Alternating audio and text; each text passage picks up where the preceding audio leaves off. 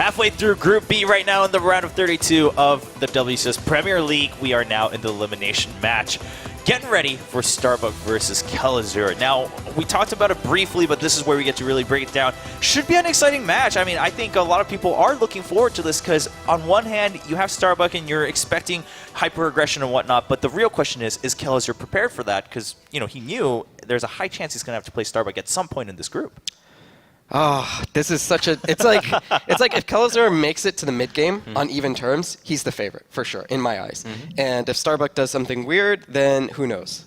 No, I'm actually very excited about this series. Like, it's phenomenal to watch someone like Hydra who's so good at StarCraft as he is, watch him play. But sometimes when it's a little bit uneven, you know, we're going to get these one-sided series. This, I can't imagine it being a one-sided series. And there is so much at stake for both players. Once again, Elfie, well, I mean, technically... two players could still make it, but either Elfie, I want to say Utermo, but I mean Kelazur or Starbuck, man. Here we go. Those are all three players. Well done, Roddy. One of them is going to make it to the round of 16 for the first time in their career, and that's a really big stepping stone for any of these guys. And that's why these series are becoming very interesting right now. You know, who is going to have that pretty much breakthrough performance? Because as the moment you make it into the round of 16, you're technically just two best of threes away from making it into the round of 8. And I know we're getting very far ahead of ourselves then, but that is a remarkable run already. If you do that once, make it into the quarterfinals of WCS, that is a result that people will talk about for a long time. So, you know, these three guys, all of them have a really good shot right now at doing something they've never done before. And it's going to be very exciting. They're going to give it all they have. Yeah, of course. I mean, top 8 is something to brag about, definitely. Yeah. But even going to top 16, because then we have other players right now in the round of 32 who are like, well, they made it last season, and if they get 2 times, you know, it starts to add up. Yeah. It starts to really build up. So getting that first step is going to be a pretty big deal for any of the 3 players aside from Hydra, because we're still assuming Hydra, of course, is a huge favorite in this group. We're just giving it. I mean, what we've seen too, right? Nothing's been shaken up. He's still the same Hydra that we saw at the end of Season 2. That's another story later for the winners match. But right now, the other part I think is interesting is that when you have those kind of one-sided favorites, the only thing that can really happen is that like a huge miracle, right? And that'll be talked for years. Of course. But at the same time, if it's a little bit more even, you're going to have those pleasant surprises like, oh, wow, okay, well, they came up with a new strategy, or, oh, wow, their micro's looking a lot better this game. They actually, for instance, we saw Elfie, like they predicted the force fields when you had the burrowed roaches, things like that where the small things start to add up and you're like, oh, this is getting interesting. I'd like to see how far Elfie can go. I'd like to see how far Starbuck or Kelazur can go. So I'm looking forward to this one. What are we expecting from Kelazur, though? I think that's the bigger question because, again, from Starbuck, I mean, you're assuming, depending on the map, you're going to see at one way or another form of aggression. It seems like he's a big bio player, to be honest. I feel like he had the maps to go mech last time, and the higher chance your opponent has of doing something cheeky, like some kind of all-in or bust, the more likely you're going to want to favor the bio style, right? So all in all, I think he's just going to play his normal macro game, the same thing we saw against Hydra, but it's going to be a lot easier. Basically. I think it's going to be a pretty wild series. Starbuck is definitely a player with a lot of tricks up his sleeve. You know, like building roaches is one thing, but I think back of the game he played against Bunny in Challenger, where he went for a Nidus network. It got scouted, so he Nidus outside. And while this was going on, while all the craziness is happening, he threw up a new Nidus in the main base, and that allowed him to take a 2-1 lead in that series. And in my opinion, like allowed him to actually win the series because 2-1 or 1-2 changes everything. So I think we're going to see a lot of wild strats coming out of him.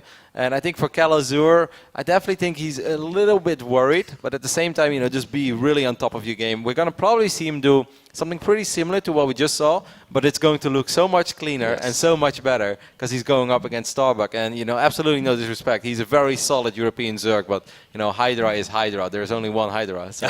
Yeah, again, I mean, that comparison is so tough to make, right? Because you can almost put any other name in there, and it's always going to be like, well, when you compare him to Hydra, that's the conclusion we're going to have. Now, you brought up an interesting point that I think a lot of people, we talked about it with Polt yesterday, of course, the choice between Bio versus Mech. A lot of people starting to favor that Mech, especially against Zergs. Roddy, what are your thoughts? I mean, Chris already told us that he thinks, well, in this case, probably going to go with the same deal, kind of favor that Bio as he did against Hydra. Kelazur is a player, though, that I've seen play Mech a couple of times, and he definitely likes some of these heavy Hellion builds. I recall even against Protoss, sometimes I've seen him try it out in like close positions, Iron Fortress, he tried some crazy Hellion. So maybe that was his thing of hiding strats. Maybe he just played Bio against Hydra, and he's actually going to bring out the Mech build now. The double mind game. Yeah, that could be possible as well, but most of the time it is really a personal preference. preference. Like, Polt is a bio player, but if Polt his mech was as good as his bio, he would probably play mech right now because more Zergs struggle with it. But just because something is good doesn't necessarily mean that you're good with it. Like, it all comes down to personal skill and personal preference. And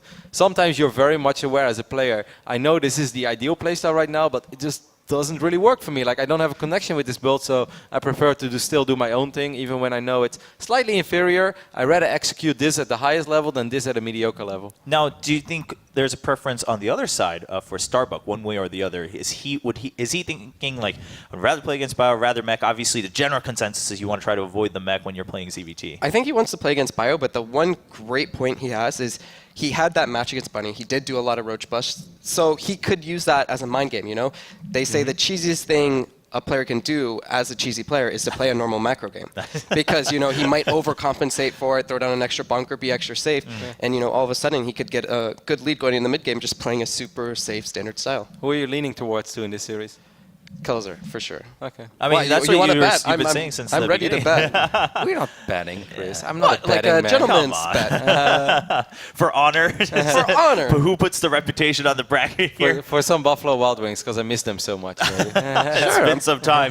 Now, Roddy, what about you, though? I mean, you were saying earlier you just think it's going to be an interesting match, but now, given what we've talked about, do you still think, on paper, if things play out as expected, who takes the lead? Definitely get behind Chris' point that if it makes it into the mid phase of the game and Kalazur is absolutely not behind, that he's a favorite, I can get behind that. But Starbuck is a player that's not just going to let him get in there. And Kalazur, he's shown remarkable growth. We were just talking about it. Like a year and a half ago, Kalazur was your random top 8 Master League player, not even Grandmaster League. So in roughly 14, 16 months, he has improved so much. That's a true inspiration for all the ambitious nerds out there that you can make it too, you can be here. And he's definitely became extremely solid. But for instance, at Intel Extreme Masters Shenzhen, traveled all the way to China, lost against the Chinese Terran. That was good, but I kind of feel as, you know, as one of the top foreign Terrans, that's what he is right now, because he's multiple seasons in WCS. He should have done a little bit better there. So sometimes I think maybe pressure can get to him. So I'm actually kind of leaning towards Starbuck, but it's a very even series on paper, and it truly just depends on the shape of the day and, you know, their players' ability to adapt to each other. Yeah, it will be. Obviously, there will be a lot more to talk about, I think, afterwards once we see the matches. Because right now we're just speculating, but with these two players, you could speculate all day, especially with Starbuck. Which mind game is he going to use, right? Is he going to still go with the cheese? Or is he going to say, haha, you guys all thought I was going to cheese every game, but here I am playing a much more standard macro game. The cheesiest thing a Roach all-in could do is Roach all-in again. Double mind game. There you go. We can keep going off of that one. Now, also something we noticed in Starbucks game versus Elfie, right? Is that, he was having a little bit of trouble with the whole multitasking with all the harass that's coming in. Is that something that you think Kellisher should really look at after you watch the first match? Take that advantage? Because, I mean, Terrans in general, you have a lot of tools to be able to do that in the very beginning against Zerg. I don't know if he's going to specifically tailor what he's doing to that, but if he does do the same thing he was doing against Hydra, he should just naturally do that. He went for the drops. He kept trying to harass Hydra. Hydra's a great player and defended really well, but I feel like that would be something very, very, very strong against Starbuck. Yeah, that does worry me a little bit for Starbuck, because if you struggle with War Prisms, Medevacs are faster and those units hit a lot harder. No bias, of course. Yeah, no bias between us. But, you know, 3 Zealots, they take their time. You know, like 3 Zealots are basically a couple of lumberjacks, like hacking down a tree, while, you know, 8 Stim Marines, just like a bulldozer, you know, drives over the forest. So if you struggle with War Prism, then Medevac with Stim Bio could become tricky. And then again, could be a different scenario. And he has very high APM, by the way. At the end of the game, I saw Starbuck plays at like 310 APM. That's, really? Yeah, that's ridiculously high. Yeah. That is especially compared to Elfie. Elfie was at 130, by the way. That's triple digits. We were wondering, given what he was doing, we were like, well, it doesn't seem that low compared to what we talked about before. He was playing, you know, a little bit over the turning it up there. No, I mean 140 is actually pretty respectable for us. I pay at 140. So, is that where the standard lies? I'm an old man, though. You know, you got to give it to me. That's fair enough. Well, I'll give that to you. I mean, I'm nowhere near that one, so I'm happy with 140 right there for you guys. Now, on that note, though, let's talk about that briefly. I know Nate was talking about it, Jeff was talking about during the game where Kellisher was playing against Hydra. It was like Kellisher was making the right moves, trying to go around the map with his medevacs, but then Hydra was just on point. He had the Zerglings, he had the overloads everywhere he needed to be. You think so? Are we saying that, all right, if it plays out the way it needs to and Kellisher plays this game as he showed us on Hydra, he probably has a good chance, given also what we saw from Starbuck versus Elfie? Yeah, like it goes back to the point in my eyes of Hydra was the better player. Kelzer had to do something funky. He didn't, so he lost. And now Kelzer, in my eyes, is a stronger player than Starbuck. If he plays a normal macro game, he should win. But at the same time, what Kevin was saying, Starbuck is a player that's willing to do risky things. And if he can knock him off point, make him unstable, he'll have a good shot going into the mid-game. But Chris, don't you think you're underselling Starbuck a little bit? Like, if you go through his match history, he defeated Terrans like the Muslim, like Bunny, like Beastie Cutie. Like, those are very respectable players. And you won't be able to do that with just the same expected Roach all-in over and over again. Like, the series against Bunny, I do feel that Bunny could have adapted better. But, defeating the Muslim, defeating Beastie, like, those guys are really good as well. And I won't say that Kalazur is necessarily a whole lot better than those two. Yes, on paper, I will say Bunny, probably the best foreign Terran, most likely. So it's hard to say, but I feel like now that he's had a chance, hopefully, to study, I favor Kelzer. Okay. I mean, I think we keep bringing it down. The fact of the matter is, in some ways, it's in Starbucks' hands, right? Does he have a bigger surprise, or is it just going to come down to pattern? And Keller's just like, this is what I expected, this is what I have prepared. We are getting ready for this matchup, though, so we're about to find out. I mean, we put down all the speculations. All of you guys at home, you can tell us what you think is going to happen. Of course, hashtag WCS here for the World Championship Series of StarCraft 2, the Premier League now in the round of 32. We are in Group B, and this is the elimination match for those tuning in right now. Right here, one of these players, their run will end for the Premier League in the last season of 2015. What a great goatee. It's impressive. I could not pull that off. Could any of you pull it off? I can't. Yeah, you don't look like you have much either, huh? No, like one time, I didn't shave for a couple days, and it just looked kind of weird. I had a bunch of random hairs on my face. Yeah. And then I was streaming, somebody donated $20, please buy a razor. So I was like, okay, I give up. Yeah, tell me about it as an Asian, how that feels. But obviously, Kellinger feeling pretty confident. He looks fine also after that game against Hydrus. We were talking about that a little bit. Shouldn't let it get to him. Starbuck. Oh, wow, also, he's so young. I didn't know. Yeah, Starbuck's a young guy, man. He does. I mean, I don't think he looks too young either, which is the more. Yeah, he looks like he's mid-20s. 20. Yes, 20 something. He's actually really, really young, and man, that's good. That's good as a pro gamer. Then he made it into Premier League for the first time when he was 16 years old. That's even more impressive. Yeah, I mean, Who's the youngest player? I think it was Ariam. Hero Marine. Yeah, Ariam was definitely the youngest, but Hero Marine also very young when he made it in. Yes. And looking at the map picks, Dash and Terminal coming out as the very first map from Starbuck. Wow. I wanted to talk about this a little bit. It's Were we going to scary. see something like this happen? I'm getting scared for Yeah, Kelzer. no, you're playing with fire. Don't play a weird map against a player that's kind of out there. With an unorthodox play style, you play on the strangest You want normal map. maps. Yeah, I mean, normal macro maps. Of course, we're looking at Starbuck. He bans out Coda and Terraform. Also, four-player map, Cactus Valley, Iron Fortress. Yeah, I like this map pool a lot for Starbuck, actually. If I'm a Starbuck fan right now, this would excite me. It seems to be that it's working out in his favor. But Dash Terminal, we talked about this yesterday. Of course, we saw Hearthstone bring it out, which was a bit of a surprise to pick it himself, given how some people might feel about this map. But what do you guys think? I mean, immediately you look at this map, there's not that many games compared to the other ones. And then on top of that, the only mirrors are ZVZs, which is saying Zerg, for the most part, are comfortable on this map. They're not going to veto it too often. 1-1 statistically, Terran versus Zerg, but it's just a weird map. At the end of the day, it doesn't matter what the stats are. It's just a weird map, and a lot of funky stuff can happen. I haven't seen a whole lot of games on it, but two things speak for itself. Obviously, if Kalazur makes it into a 3-base scenario, he's going to have the time of his life dropping, because there's a lot of airspace around the main base. The distance from your base to his main base is extremely short. Yeah. But of course, what goes into Starbuck's strength again is that there is a very, very, very wide open area in the natural and the third base, and then he also has to worry about those destructible rocks. Those are all things that play into Starbuck's strengths. So I still like this map for Starbuck for the first, let's say, 13 minutes of this game. Yeah, and that's the scary part. Well, yeah, I mean, it could end right there in the first 13 minutes. Now, if Starbuck takes it, you guys are saying overall, you would say the rest of it also seems to be in his favor. What do you think? I mean, here, do you think the map vetoes are going to play a bit of a role here against or for either player? I think Starbuck has advantage with the maps. Absolutely. Like even Iron Fortress is a map. It's a 4-player map, very wide open. It's better for roaches than maps with a lot of choke points. There is no ramp in the natural either. Like for instance, Coda, you have to walk up a ramp, right? So roaches always have to have vision to make sure they know what's there. Iron Fortress, they can just see whatever is there, and that helps a lot when you want to play styles like that. Also, a lot of surface area into the main base, maybe a cheeky Nidus network or something like that. Like I like this map pool a lot for Starbuck. Cactus Valley's okay. I feel like Cactus Valley is a pretty normal map, Terran vs. Zerg.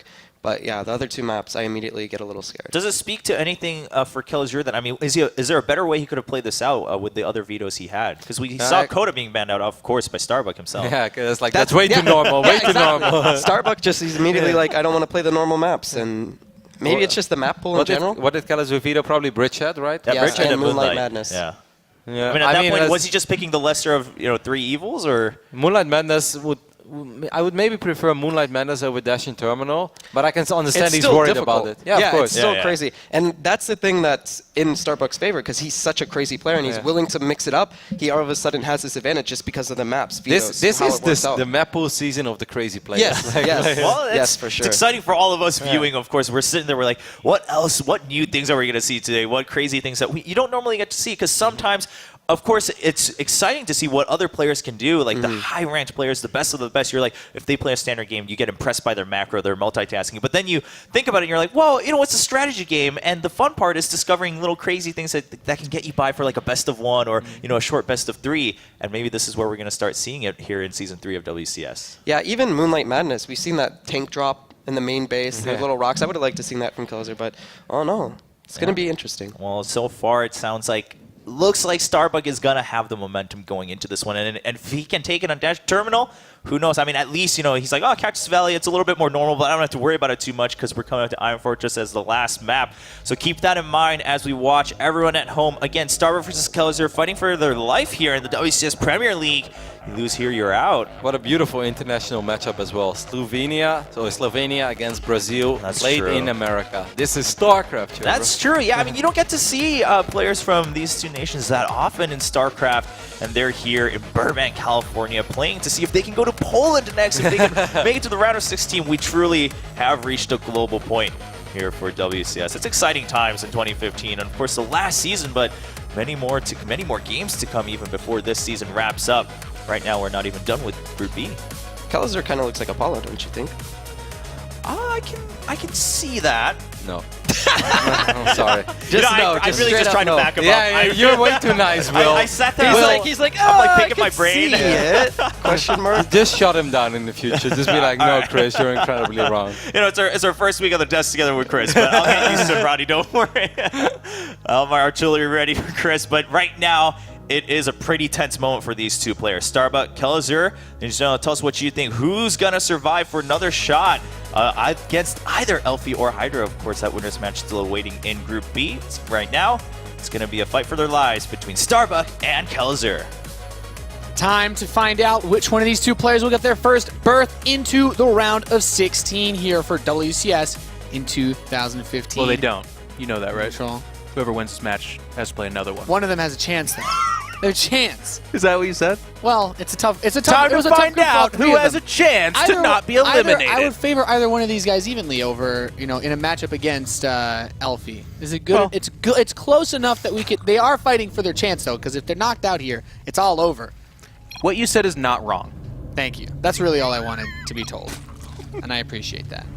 We are looking to Dash and Terminal. Somehow we are actually playing on this map for a TVZ. On the right side of the map, we have our blue Zerg player. He is Starbuck. And he is 18 years old. 18, yeah. Very young. They're talking about the youngest player. Ariam actually so young, he's actually not allowed to play in WCS. So young he was disqualified before it even He began. actually did, because he almost would have had that grandfather role where people were able to go into the next season. His opponent in the Northwest, we have the red Terran player from Root Gaming, Kelazur. I think we should call Ariam the 33rd player in the WCS. Yeah.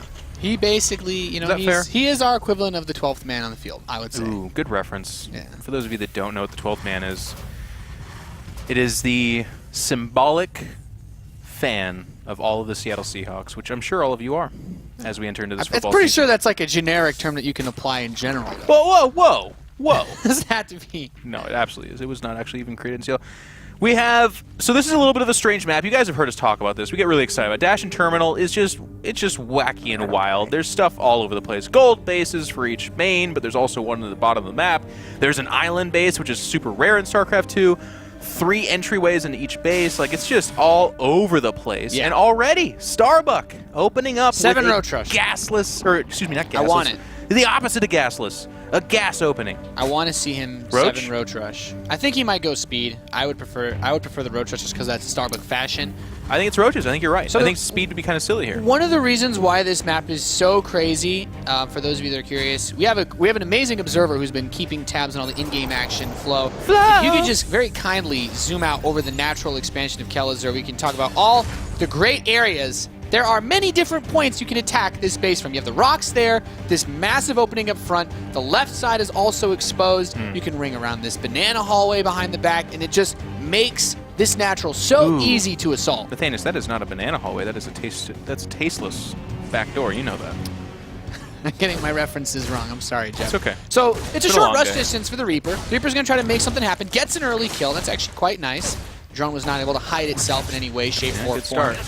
Has he seen, though? Like, getting a drone kill's cool there. He saw the gas. He at least saw the drones ferrying gas back over there.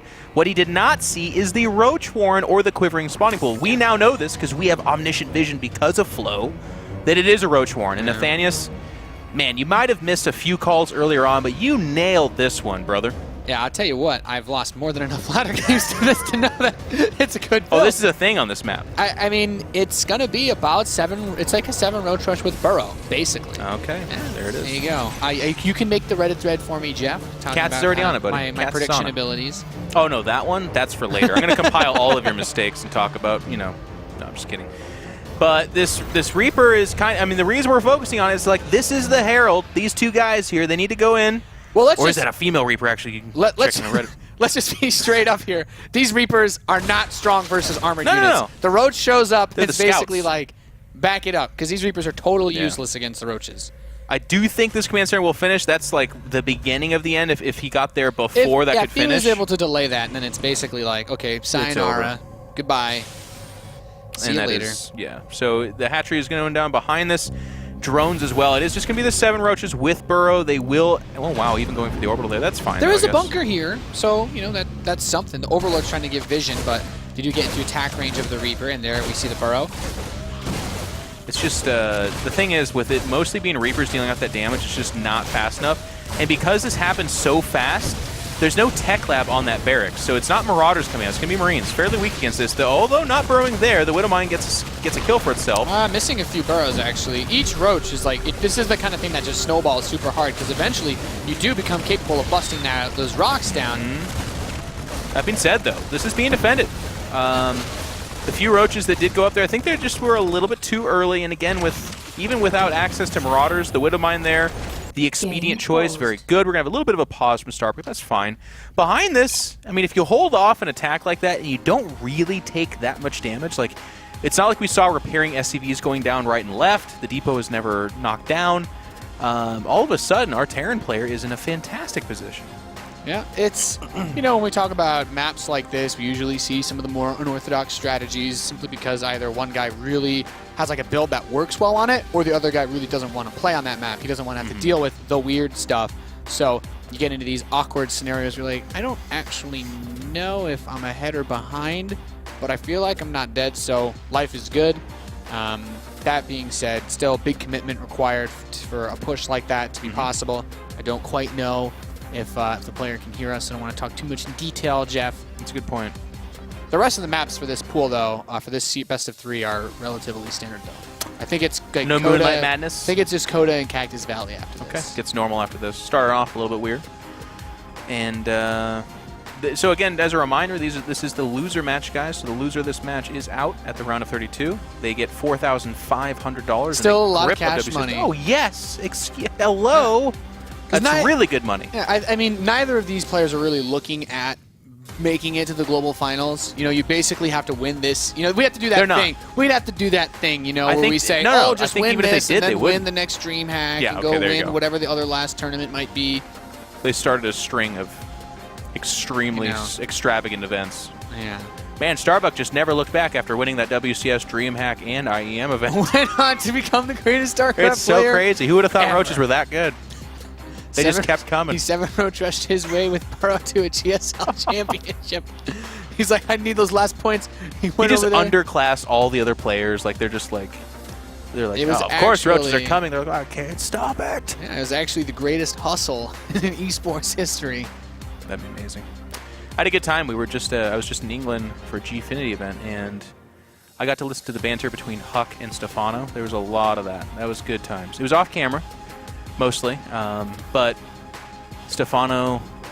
So the reference, guys, here is Stefano, a legendary StarCraft 2 player, won a lot of games off the back of roaches. Like he had very good roach control, fantastic macro, and he crushed his opponents for a couple of years there. Huck reminded him of that a few times. Well, it certainly made roaches look like a completely different unit. And you know, as much as it is cool to see that type of innovation, we haven't had a player really break something out that was kind of unusual, at least in the the non-Korean scene, because the Koreans have like somehow reinvented mech in the last month. We'll get that with Legacy of the Void, I think. There's some really fun new units. The Liberator really comes to mind. Oh, we can the actually different talk a uses lot of about that. You played a lot of it as well. Yeah, I agree. Tons. I'm excited. It's just around the corner. It's going to be at the end of this year, most likely. No super hard date set, of course. But good times ahead for StarCraft. I'm excited. Yeah, there's some really interesting things. Really cool to see how players bust out different strategies. I think some of the most fearsome ones. I don't know if it works against Protoss, but the Thor Liberator push off one base is quite scary. No. that is a secret little thing you TVT guys are having fun with. Yeah. I do like Puck, another player that has frequented WCS before as well, an American player, is really using oracles and their stasis mines really well. And that is like anytime you can reward really creative and intuitive play, that's when I'm like, StarCraft, you're doing it again. You're making me fall in love all over again, and it just keeps happening over and over again. I'll be honest. The number one thing I'm excited for is eventually people just being able to work lurkers into ZVZ without dying to early stuff, because I enjoy the positional style, I guess, as a Terran. So much more than I do let's just bash hundreds of roaches against each other. Of course, so you guys watching, we are Ravagers too. Yeah, just waiting for a technical issue to get resolved with Starbucks PC. We will be going back into the game as soon as possible. But thank you for bearing with us, and we're just having a nice chat about the lovely game that is StarCraft. In all its different forms. Right now we're playing Heart of the Swarm, and it in and of itself has its own fun differences from even the future and the past. Still seeing a lot of Colossus play, even this weekend. Hearthstone busting out the 2-base Colossus pushes. We'll have to see if Elfie ever gets there. He's our Protoss in this group. But then there's Legacy of the Void, and it really changes things. And it's just so fun to be on top of all of it. Like, David Kim's been doing a fantastic job communicating to the community. They put out another big post, for those of you who haven't checked it out on the Battle.net forums. They're a big post talking about the direction of the way that things are going to be going. And even actually there's like a mentioned possibility for one or two more final changes that could be made to Heart of the Swarm. Specifically about mech. They're talking about that. They're talking about making that Swarm host stronger again. And it looks like we're about to come back into the game, guys. So our banter on this subject will have to wait for another day as we enter back into it. So just to refresh, our Terran player Kalizer has defended the 7-Roach Burrow attack, and in doing so finished his orbital, and is going to go ahead and have access to that early energy as well. So he's in a pretty good spot. I would have to say he would have to mess up pretty hard right now to have to fall behind from what he's dealing with. These roaches are locked out. I mean, it was such a late expansion taken by Starbuck. And these Reapers are actually going to be able to get some counter damage in because the Queen went to the natural. Just now pops out. Burrows the drones. It's like, okay, that's nice, but those drones still aren't mining in control. And these Reapers could actually kill this Queen. Okay, you burrowed it, but now you're still not mining. You need it. Oh, and even scans. Worth the scan. Another Queen comes in here. That dirty and 3 Reapers is the magic scan. number. It's the number that can kill a Queen, but of course, with the 1 in deep red like this, and now Zergling's out, they will back out. But they heal. And the lack of Queens is actually a really big problem, because you want to keep the Roaches out there to deny the natural, but now you're thinking to yourself, I actually need to bring a couple Roaches home if I want to handle these Reapers. He actually has a Reaper going all the way home. What is it doing? Look at this. No, it's a it's a No, bro. Oh, the There's Reaper a went Reaper back. in the Terran base, and now it's Why coming back. Why did he go back? He had to drop off. He forgot his sack lunch. He was out there with his other Reaper buddies. He's like, oh, I actually forgot. Guys, I forgot my sack lunch. I'll be right back. But now these Marines and the medevac. Oh, Widowmine going down as well. And there's actually no form of protection here. So while it's not necessarily, there's like nothing here. Starbuck. I mean, he wasn't mining for like a whole minute from those Reapers just being in his base. He's making a spore crawler, and like anytime he makes anything right now, I mean, it's bad. It's really bad. This is, I think Kelazur just, he had a nicely chosen counterattack option after pretty much the best start that he could have gotten against that Roach push. That's the sort of thing that is supposed to kill you as a Terran. You can't just do that as a Zerg and be like, oh, I made him lift his natural up, I win. It's like, ha! He lifted the command center. Oh, he My tries to job snipe. here is done. He tried to snipe the queen, but survived just barely. Starbuck in the background of this is actually droning up quite nicely, to be honest, but he has lost a lot as well. So I was about to build up this, like, hey, he's doing okay kind of thing, but actually it looks really rough. The only good news for him is that Kalazar is just now moving down to expand, but even he is still up 7 workers. He's going to be able to transfer over a healthy dosage over there and enjoy a better economy almost immediately. And the Banshees are really, I think, what you're looking at as Kalazar to be like, okay, it's over. You know, there is that layer, there's the Overseers here, but the Queen count was really, really hindered in the process of all of this. What is the Queen count at now? I know there's another one in production, and there's, I think, just one alive. Yeah, so with one Queen, that'll basically die in a single volley from a Banshee. A Banshee normally wins that 1v1 against the Queen, so you need Spore Crawlers or to start a lot more Queens, but they won't be done in time. Oh, I love this. Kalazar's fishing around for an Overlord on his half the map, but actually... Or you can walk into the only Spore Crawler on the map. Well, it takes a little bit of damage. But the irony of the Viking, which is really cool to use, so there's actually no Overlords on his half the map. So it's really cool for that role, but actually he's already behind there. You know, I'm actually so broke I can't afford to build Overlords for you to like, snipe. don't you worry about it. If I could, I would have Overlords over there, but I actually don't. Oh, and there we see that Queen die. So now Kalazar once again is denying mining in that main base. And okay, so the Spore Crawler soften this Banshee up enough that the Queen will win the fight. Otherwise, I think that's basically game with the Banshee sitting over your mineral line when you're down in so many different ways. You got to go, what? Just roach speed and just make one more big push? One last... That's what he's going to do. Try to just, I don't know, just do it. No, he's up. I love that reference.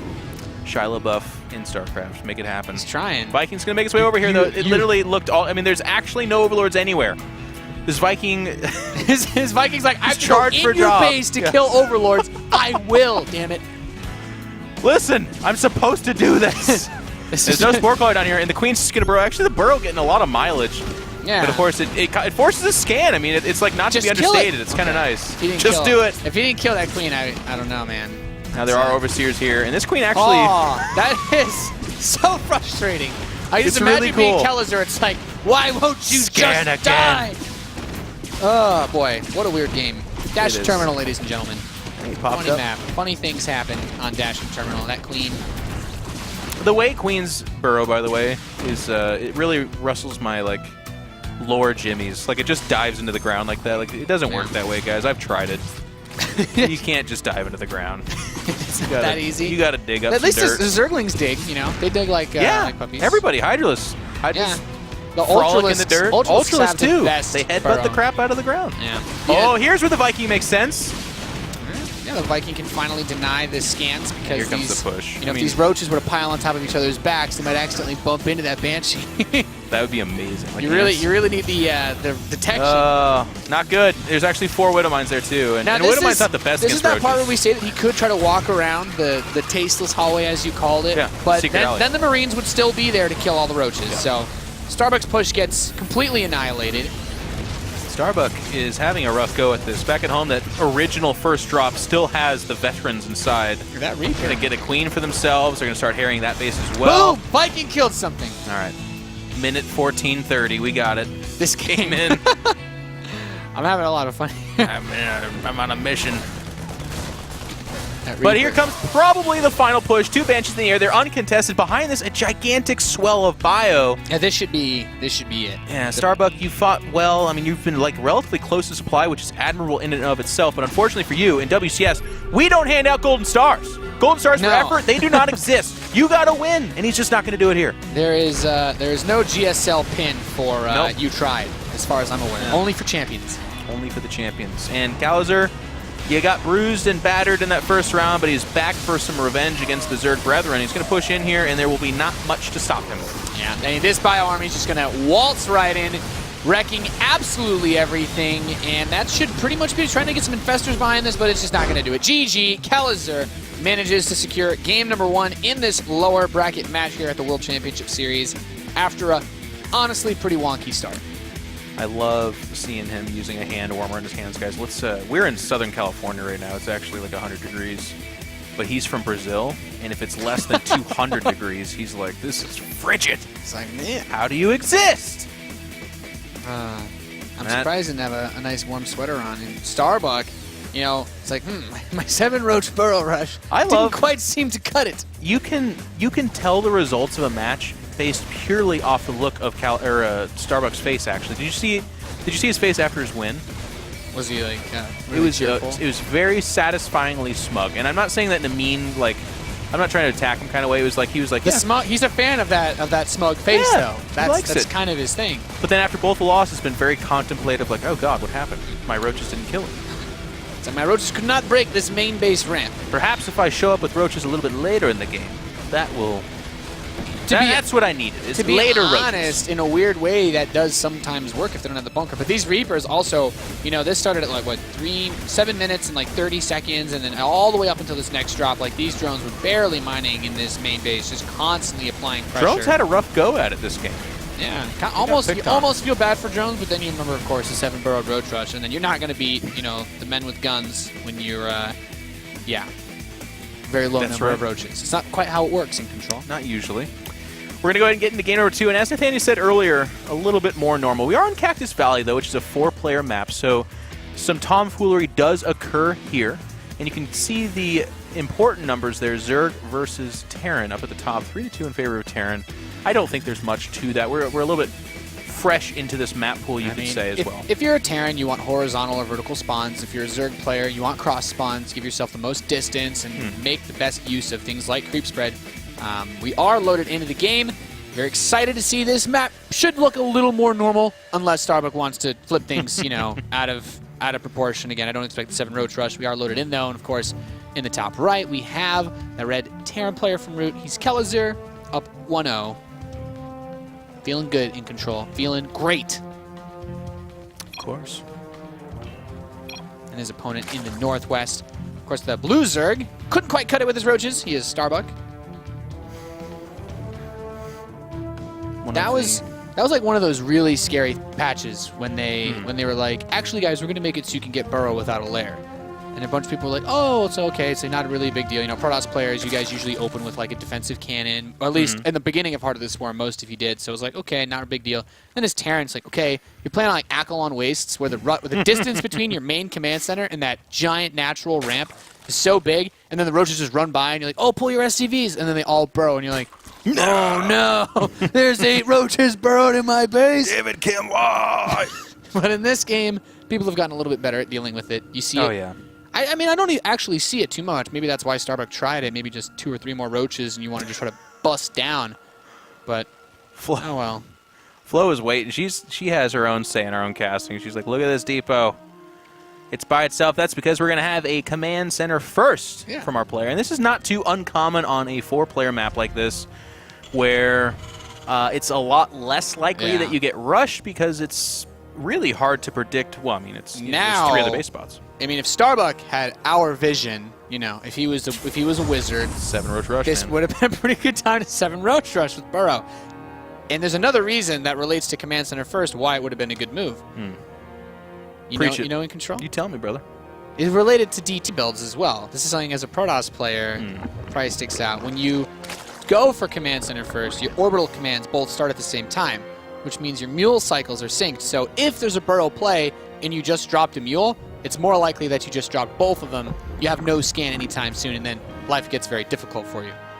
But I like it. But we're not getting a 7 Roach Rush this game with Burrow, so not really a factor. Nor a DT Probably rush. not. In the Dark Templar would be even more surprising, I think, for I both would these be players. really blown away if and Rotterdam comes in out of the lower left-hand side. How did nobody scout this? There's a giant war prism in the corner of the map. What is he doing in the game? Man, that would make for some good drama. Caster just goes rogue, sits in the player area, joins the game. That's what happens when WCS basically becomes WWE. It's it's like some guy like type in the chat after he loses the Broad Rush. He's like, man, this needs to get nerfed. David Kim in the game actually like crushes him with some like new unit that no one's ever even heard about before. Or in between games, a patch goes through that second, literally. I would not. Roaches actually lose mind 10 that. damage.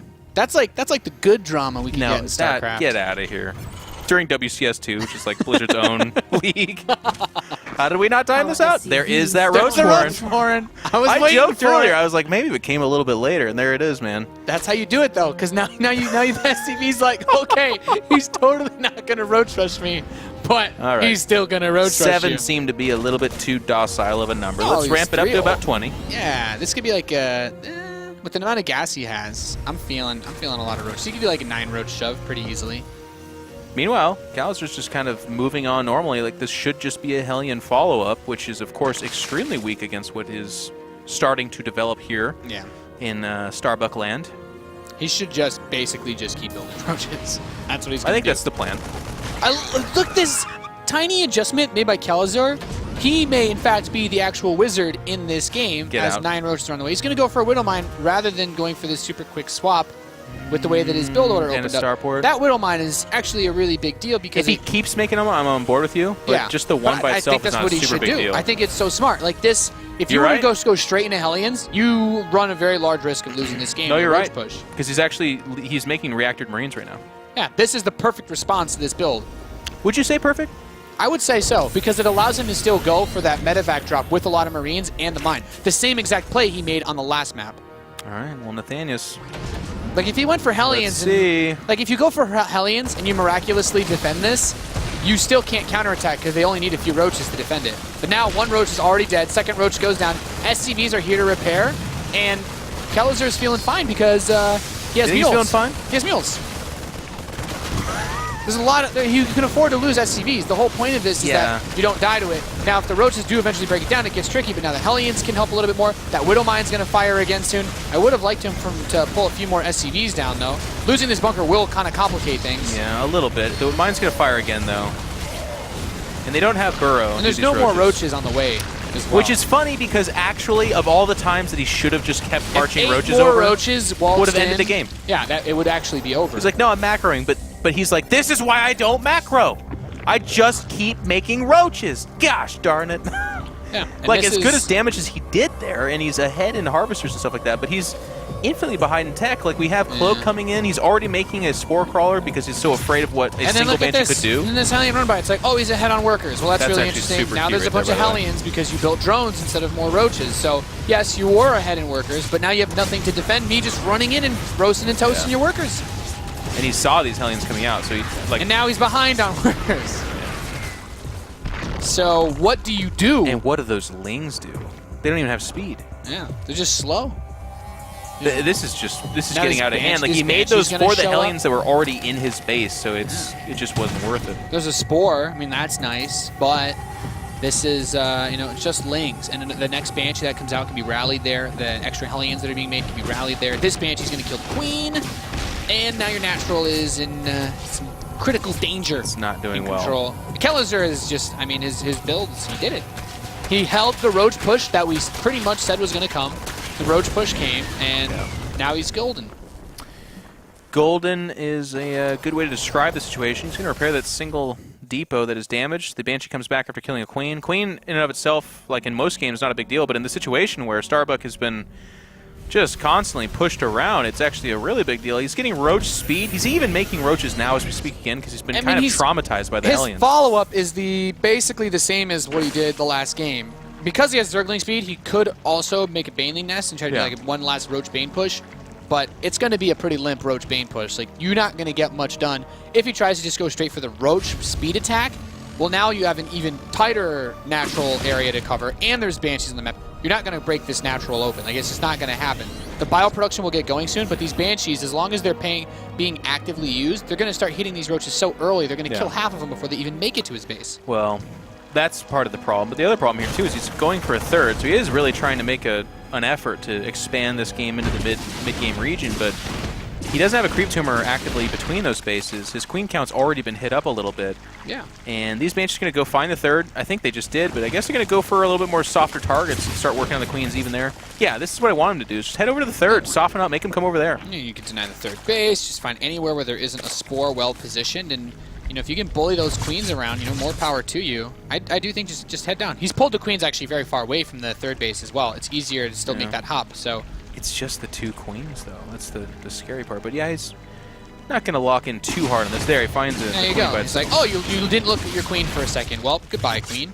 Now he can peel one Banshee off to hit that main base queen or just come back to the third. I mean, the third base was never going to be able to do too much in this position. He starts 1-1 Roach upgrades now. I do really like that Kelazur built depots around his main base. He's thinking to himself, I guess maybe a Nidus could do something if he also brought drones and built spores and spines in my base, which never happens, but, you know, maybe. A little bit of disjointed production from Starbuck too. He's been making roaches for a little while here, and he's going to go over to the expansion, but these Banshees alert Kelazur to the fact that he hasn't saturated that base, so he knows that it's been roach production. Yeah, now he has stim and a bunker. Like, no. Just like, no, go away. You're not coming in. Going out's a really bad idea, though. Yeah, the Marines, just stay at home. Stay at home. Get behind your wall there, boys. And they do. They back up. Now the Banshees Banshees come back. There's no anti-air. There's no mobile anti-air. There's no Spire on the map. We don't have Hydralisk Den. Certainly no ability to turn these bad boys into Ravagers. It's not quite Legacy of the Void yet. Not yet. And even then, that would still be pretty difficult to do. He'd be in a tough spot altogether. 3 Medevac's going to make this difficult as well. And they're going to chase. Banshees making the lifespan of these roaches quite limited. He's going to go back home. He's thrown behind it to a certain extent. He does have Burrow, and he is going for Tunneling Claws, which means if Kelazur doesn't realize this, then perhaps he'll have one opportunity before he realizes that there's Roach Burrow move, I guess, where things could happen. But I think he knows there's Burrow. Yeah, there's the scan. He knows for sure. And just because of that alone, fill the bunker at your natural, put a turret next to it, you're golden. Okay. And, or he could just attack and probably just kill him. I think that's what he's muscling up to do here. He's waiting for Combat Shield to finish. He's up to 5 Medevacs. There's no answer for the air whatsoever. And at this point in time, by the way, 2 Banshees against Roaches, they deal quite a bit of damage. Like, it's not like they themselves will win this, but Starbuck's in this weird spot where he's basically got to lock onto a single objective and just go for it with everything he's got. And that's just Roaches right now. He's not going to throw a Hydra Den down anytime terribly soon at all. I'm just going to max out on Roaches. I still wouldn't mind if he has Burrow and Speedlings. Get a Bane Nest and just burrow a couple of Baneling mines around and just pray. He's floating at 700 gas. So he just started another upgrade there for the 2-2. Yeah, I still think that dropping some Burrowed Banes and praying would be a solid move. He can probably see the Roaches moving underground here too as this drop hits the left side. Drones at the third base will be pushed away. Third hatchery is going to fall. Kelazur potentially about to eliminate Starbuck here as he makes another desperate push into the natural expansion. The bio on top of the base. Be dropped out. Yeah, he is on top of it. The Banshees are here taking their time killing this army. SCVs are going to be pulled. Those Roaches are burrowing their hearts out. There is still that missile turret in place. And as the reinforcements come out, these Roaches are going to die. Yeah. I mean, pulling SVs looks ugly. It's like, oh gosh, you're losing your whole econ. But behind this, the drops have killed the third. They're inside the main right now. There's just almost nothing to contest him. In fact, he's taking his time to drop that second medevac. There he goes. And they can fly forever, by the way. It's just Queens as the anti-air. So, like, the second this fight turns south, there you go. We're out of here. Just pick up, move away, and very important that you mentioned that, actually. It's like, oh, he just lost 21 SCVs. Guess who still has more workers than Starbuck? Still the Terran player. Well, actually, at this point in time, but we're wrong. being even means more, though, because he's got mules. Yeah. So. And again, locked in on just Roaches is Starbuck. There's no tech to back this up. There's no answer for the air. He's just got to kind of simultaneously attack enough to win and also defend against these drops. And I think either one of those is almost impossible. Yeah. And these Roaches are about to bash their ways into these Widow Mines. Not going to be fun. The splash damage is enough to kill a few of them. You know, if there's one thing I've learned from this series, it's that if you have some sort of pest problem, call Kelazur. He is not afraid. He'll do it. He's not afraid of Roaches. I'm a Terran player that struggles with weird Roach builds in the early game. Kelazur is not scared of Roaches. You can borrow some ideas from him. He played this very safe, as you said, perfect even. And I felt like he knew Roaches was the thing that Starbuck was going to do. You know, we've talked about this a few times. If you watched any of the games he played. Well, that's what I'm saying, though. We've got stylized players, and sometimes the other players aren't necessarily aware of that. This time, Kelazur knew. He knew what he was facing. Yeah, and this is a good moment if you're Kelazur, because you know that however long this game goes on, bio, as it approaches max, scales very well, not just against Roaches, but even if Starbuck, you know, magically pulled a ton of resources out of the air and could max out on Roach Hydra, bio still scales better than Roach Hydra when you approach max supply. So all he needs to do is hit 200, 200, and he could actually just stim an A move into Starbuck's base, and this army will never win for Starbuck. It's just, you need some other tech. You need some Infestors or Burrowed Banelings or Ultras or weird stuff, but this style doesn't really go into that. Needs to win one big fight a little bit earlier on. And what I like about this, too, is we talked about this. We're like, oh, Kelazur should just march across the field and win. Nah, he's in the deciding game in an important match, and he knows he's ahead. Why not just build on that lead? Like, he's not in danger as this game goes on. GG is called out because Starbucks had enough. The picking and prodding at the third base inside the main, like, a big push never came from our Terran player. because he simply defended and harassed his way Yeah. to a 2-0 victory. And you know, it's a very smart thing to do as a Terran is to recognize that when you're playing against a non-mutiling Bane style, your army is better at max supply. Sit back, max out, and keep using those drops because you know that the roaches are never going to be able to kill your medivacs, so you can just pick them apart. And really, if you're playing against a Zerg that doesn't go for a 4th base, there's not actually a reason to attack if you're on even bases. Well, hey. You don't even need to. Tip of the hat to Starbuck, though. He's 18 years young, and he's already traveling the world and making a stab at WCS, so hopefully we'll see him next season where he can make a deep run. That's going to be in a while, though. Actually, this is Season 3, so he'll be 19 years old, perhaps, the next time we see him. But this time, it is going to be Kalazar that's going to advance out of that dark recesses into perhaps a little bit more light at the end of the tunnel for him. He's got to win one more. Yeah, and you look at that winner's match that's set up. You have Elfie playing against Hydra. It's highly likely, Probably. that Kalazar will be playing a little bit of Terran versus Protoss in his next series. So he'll have some time to think about what he'll be going up against. But now let's hear what Chobra, Huck, and Roddy have to say about that series. All right, here we are. And as you guys mentioned, I want to talk about this a little bit because when we saw the maps, we were like, oh, man, Starbuck looking good. And at the start, of course, we saw the roaches coming in. We're like, oh, boy, Starbuck really could make it through. But then we have Kalazar coming in. He takes a 2-0, and now he gets to kind of reset things for himself here in Group B. Run us through the games here, especially let's start with Dash and Terminal. Where did it all go in favor of Kalazar? I mean, what happened there? Just seemed like he was super practiced, to be honest. It seems like he took a practice partner and said, you know what? I know this guy's going to do some kind of roach bust. Just do this exact build and see if I can hold it. Because he didn't overcommit to the hold. It was very planned. He had the orbital command. He had the Widowmine come out at the exact time. He's got SCVs already in position. He's not overcommitting, It's not like he pulled all of his SCVs. He pulled 4. When it got a little bit more hectic, pulled more. And then at the same time, the counterattack with the Reapers doing so much damage. He burns a lot of scans, actually, to do more. But he was just super far ahead after defending and followed up. Very clean, precise play. Yeah, his defense was so clean. Didn't overcommit, just did everything right. And I do really think that Starbuck kind of dropped the ball a little bit on not leaving at least one roach at home against those potential Reapers. Like, you have to know how easy it is for Reapers to make their way from one base to the other on Dash Terminal. And if he has one roach with a queen at home, then he's fine. But the burrowing all those drones, that's where it all got lost. Because, of course, he does slow Kalazar down a little bit. Kalazar is on one base for a while. He's not able to produce workers because the Orbital has to fly over. So even when you don't straight up win the game, normally you can get yourself in an acceptable position, but not leaving at least one unit at home, that really killed him on Dash Terminal. Like, those Reapers, they pretty much ended the game. Yeah, and I want to talk about something, Chris, you mentioned. Of course, we saw in that first game, he goes for the scans. He wants to make sure he clears out as many drones, and of course the Queen, too, to finish that off, make sure the damage is done. Do you think that's just showing that Kalazar, again, it's not just the fact that he's practiced enough, but he's confident enough that he knows when he needs to reach a little further to secure the win for him in that game? Yeah, I didn't even think it was that necessary. I think it was more just like he felt comfortable. He was like, you know what? I'm so far ahead. I'll burn a scan, kill a few more units. It's going to be worth it. And he did that over and over again, not even on those Reapers, but as well as on the Banshees, just throughout the game. Yeah, and now in Game 2, of course, we saw something similar happen for a little bit more delay, but then Kalazar is still a bit ready for it. Now, Roddy, when we were watching, there was a little bit concern, like, oh man, he's going to hold his bunker or not. Eventually it goes down, but he held it long enough that he was able to hold off and then rebuild his base, go forward from there in the game that he wants to. Do you think, again, it's just same story where he's like, I knew it was coming, I'm pretty prepared? Like, I think if Starbuck thinks back about that game, he hates himself for not just dropping 2 Evolution Chambers and a Spine Crawler. Like, after a push like that, we're looking at 38, 39 drones against how many workers at the end. This is where it started, and I want to compliment him, by the way, and always leaving a couple roaches on the bunker and then focus firing with 3 roaches at SCV, so he's one-shotting them. Yeah. Just very well done. Not massive overkill, not 5 roaches shooting at SCV. So his focus fire was excellent. On a certain point, he decided to drone up. The boys mentioned maybe he should have gone super roach all in. That would have been fine, but okay, now at this point, at here, he's already in a world of trouble because it's the 4 Hellions that just cruise across the map, kill 13, 14 workers. Yeah. And that's so unnecessary. 2 Evolution Chambers and a Spine Crawler, Queen on hold position, and you're fine. And I'm not saying that he's then super far ahead, but at least it's a playable game. But, if you're on 2-base Zerg and then you're down in workers against a 2-base Terran, that's over, man. I mean, was it a bit of an issue of Starbuck not really knowing which way to commit, whether he wanted to go much more macro after this or if he wanted to go all in on the Roach?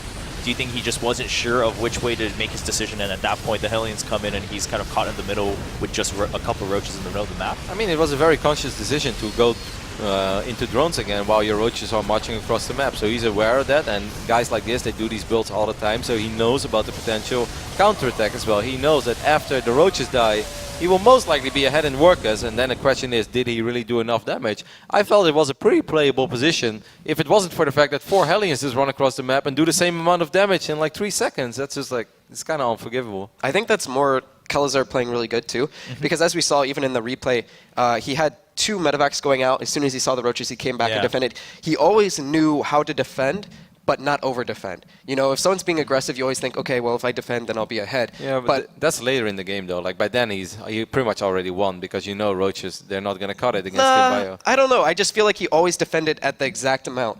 You know, Well, I the think he bunker played dies, great. I think he played awesome, don't get me wrong. Yeah, but it I goes just feel both that the ways. Hellions shouldn't have done as much damage as they did. Yeah. Well, it goes both ways, though, right? It's that if the Hellions were delayed by 5 seconds, 10 seconds, even if Kelazar then sits there, he's like Macron, he's like, all right, I should probably go make sure that the workers counter even. Then it may not have happened because it would have given Starbuck more time. So I think it goes back to the point of preparation here. Like, even if he would just build 2 evolution chambers, he doesn't even have a creep tumor, I guess, so he couldn't even wall off. But like, he needed to create some sort of Sim City, but these Hellions just running in with 2 buildings, you can actually create a full wall off there. So he just needs at least one thing at home. So instead of being ahead 17 workers, be ahead 14 workers, but at least be ready to deal with those Hellions. Yeah, I mean, when it comes to a counterattack situation, obviously there are times when it's like 100% one player's mistake or 100% someone else's. But when it's like a whole trade-off situation, obviously it does go both ways, right? The fact that the Hellions were there, I mean, credit to Kelazar. I mean, you can say that that's kind of the obvious move, but he was prepared for this whole matchup. Yeah, we saw that throughout. And I think we are all agreeing on that point, is that we're not taking away from Kelazar No, here, not at but all. it's the fact that Starbuck had a chance. It wasn't like a completely lost game at that point. It's just he wasn't actually counter-prepared for the fact that Kelazar knew what was coming. Yeah, I love that you bring that up, because there might be some Terrans that are a little bit worried, because of course we see the entire map, we see that he's droning. Yeah. Some Terrans might be a little bit paranoid. Is more coming? Should I keep my units at home? Yeah, exactly. No, instead, he's just like, no, I know the Zergs like this, I know how much it hurts his economy. It's very unlikely there is more coming, because then he's super all in. I'm just going to counterattack immediately. It was a great call, like an absolutely great call, because if those Hellions show up 30, 40 seconds later, then he will be ready, and then those Hellions won't do a lot. So absolutely great call by Kelazar. I think the bottom line is we were all wondering, was he prepared to play against Starbuck? And it looks like 100% he was. He knew what was coming. So Kelazar resets the bracket a little bit for himself. He will be awaiting the final match Group B. But right now, we're going to take a quick break. And when we come back, it's time to find out, can Elfie make the huge upset happen? Or is Hydra going to continue as the reigning champion of the WCS Premier League after this?